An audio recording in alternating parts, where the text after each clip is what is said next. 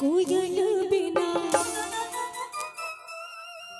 कोयल बिना, हाँ कोयल बिना बगिया ना सोवे राजा, कोयल बिना बगिया ना सोवे राजा, कोयल बिना बगिया ना सोवे राजा, कोयल बिना बगिया ना सोवे राजा, कोयल बिना, हाँ कोयल बिना, हाँ कोयल बिना बगिया ना सोवे राजा, कोयल बिना बगिया ना सोवे राजा।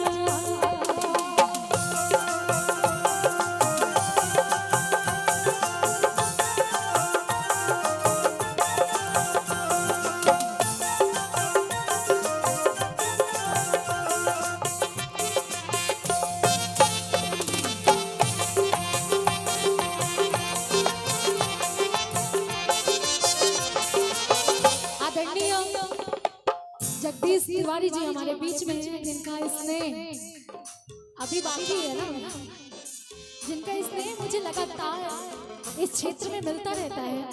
मैं बहुत बहुत आभार व्यक्त करूंगी और कहना है और डेली जगदीश भैया देते थे, आज हम लोग मांग मांग के ले रहे हैं। बड़े भैया जगदीश तिवारी जी की तरफ से ये 500 रुपए का आशीर्वाद, हमारे अजय मिश्रा जी की तरफ से ये 500 रुपए का आशीर्वाद, रत्नेश बेटा भी नहीं दिखाई दे रहे हैं, तपन भैया का आगमन हुआ, बहुत बहुत स्वागत अभिनंदन वंदन है। और बड़े भैया नीरज पांडे जी मंडल अध्यक्ष खंडियार की तरफ से 201 रुपए का आशीर्वाद, बड़े भैया श्री कृपा शंकर पांडे जी की उन्हीं की धरती से आपकी तरफ से ये 500 रुपए का आशीर्वाद, बहुत बहुत धन्यवाद।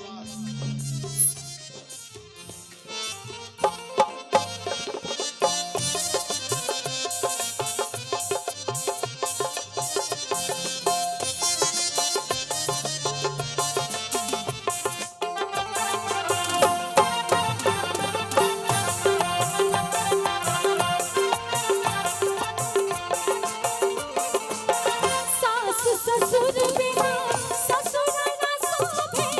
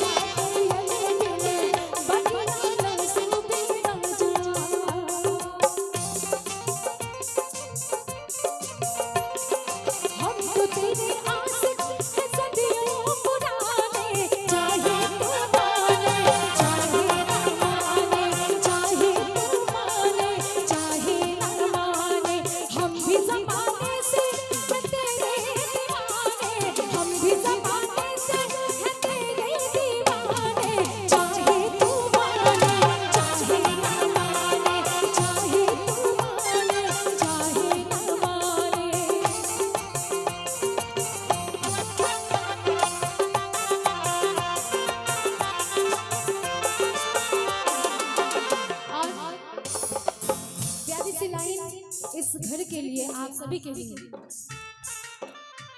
भाई भतीजा बिन